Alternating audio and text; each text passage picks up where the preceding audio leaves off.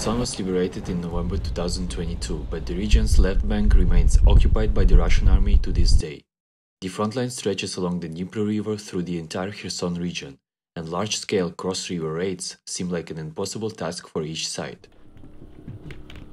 The impression arises that military operations here have reached a dead end, but in fact the war is in full swing, both on the banks of the river and the islands in between.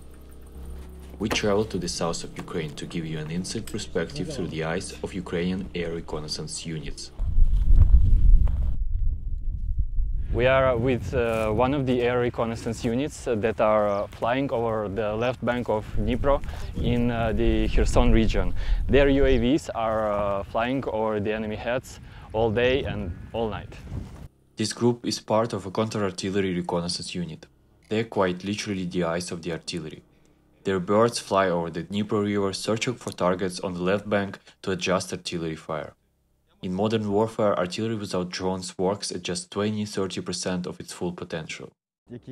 There are no big infantry groups or offensives with heavy machinery here, so it's mostly artillery duels, counter-battery fighting, and the reconnaissance to go with it. With the Ukrainian-made UAV FURIA, soldiers are able to fly deep into Russian-controlled territories, avoiding enemy air defense and electronic warfare systems. Their record is 35 kilometers from the takeoff point, which is very impressive considering all the obstacles. We find targets, we pass on the coordinates. Once confirmed, we fly out, make them bleed, and return home happy. Here the soldier is doing a pre-flight check for the US-made UAV PUMA. It is operated by over 20 countries around the world, but here in Ukraine it's getting the most airtime by far. There is a lot of manpower and heavy equipment on the left bank. It's leafy, so it's hard to spot them. They're hiding. But there are still a lot of telltale signs. We are not allowed to film the map for security reasons, but Ukrainian soldiers have made hundreds of red marks, all of which indicate Russian targets on the left bank. All these are high-interest targets that are yet to be destroyed.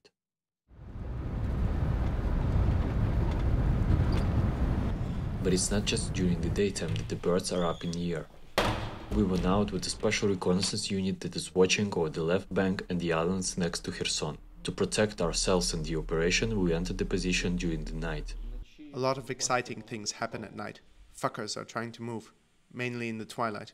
Boats coming and going, troop rotations, moving as fast as possible so they don't get spotted, just like we do. The commercial quadcopters that the unit uses are relatively cheap. With some modifications, these drones can drop explosives on enemy heads. Here they target enemy boats and subversive groups, so-called saboteurs, that are often trying to cross the river. At the front line, such copters are quite expendable.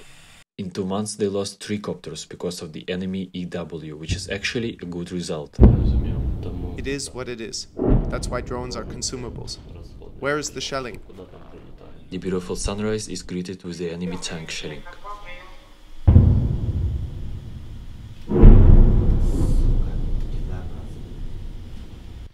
Russians are targeting the islands and the so-called grey zone. This is where the Ukrainian reconnaissance units are operating, storming Russian positions with small groups, pushing them further and further from Kherson.